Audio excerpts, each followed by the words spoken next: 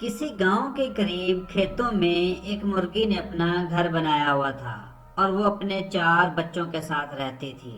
4 رنگ برنگے بچے، جس میں ایک بہت محنتی تھا جو سارا دن اپنی ماں کے ساتھ کام کرواتا تھا، جبکہ دوسرا بچہ سارا دن گاؤں کے دوسرے جانوروں کے ساتھ گپوں میں مشغول رہتا تھا، جسے اور کوئی کام نہیں تھا اس کے علاوہ۔ تیسرا اپنے آپ کو سنوارنے میں ہی سارا دن لگا رہتا تھا، وہ سارا دن اپنے آپ کو سنوارتا رہتا۔ اور چوتھا جو ہے وہ فارغ رہتا، وہ کچھ بھی نہیں کرتا تھا، جبکہ جو پہلے والا بچہ ہے وہ اپنی ماں کے ساتھ روزانہ کھیتوں میں جاتا، کام کرتا، وہاں وہ دونوں ڈفرینٹ ایکٹیویٹیز کرتے اور گھر کے لیے کھانے کے لیے کوئی نہ کوئی چیز لے کے آتے۔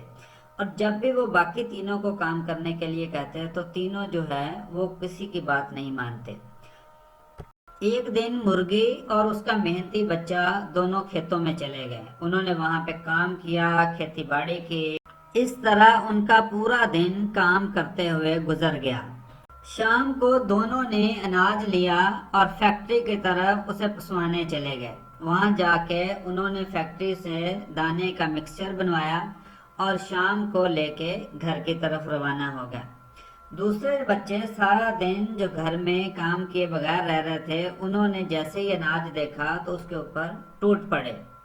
مرغی اور اس کا بچہ دونوں کھڑے دیکھ رہے تھے، جبکہ وہ تینوں جو ہے وہ کھانے میں مشغول تھے۔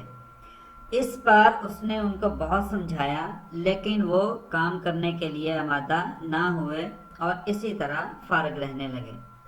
تو جو مرغی کا دوسرا بچہ تھا، اس نے اپنی ماں کے ساتھ ڈسکس کیا کہ یہ چیز ٹھیک نہیں ہے، ہمیں ان کو کہیں نہ کہیں راستے پہ لانا چاہیے۔ تو مرغی نے بھی کچھ پلان اس کے ساتھ ڈسکس کیے۔ آخر کار انہوں نے ایک پلان طے کر لیا، اور طے شدہ پلان کے تحت آنے والے کچھ دنوں میں وہ جب بھی کھیتوں میں کام کرنے کے لیے جاتے تو واپسی پر خالی ہاتھ ہی آ جاتے۔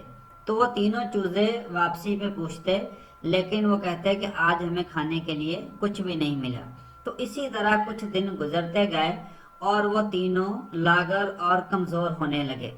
آخر کار جب ان میں ہمت اور شکت نہ رہی ہلنے کی، تو وہ تینوں شرمندگی کے مارے مرغی کے پاس آئے اور آ کے مرغی سے معافی مانگی، اور پھر سارے ہنسی خوشی رہنے لگے اور ڈیلی بیسس پہ سارے کام پہ جانے لگے۔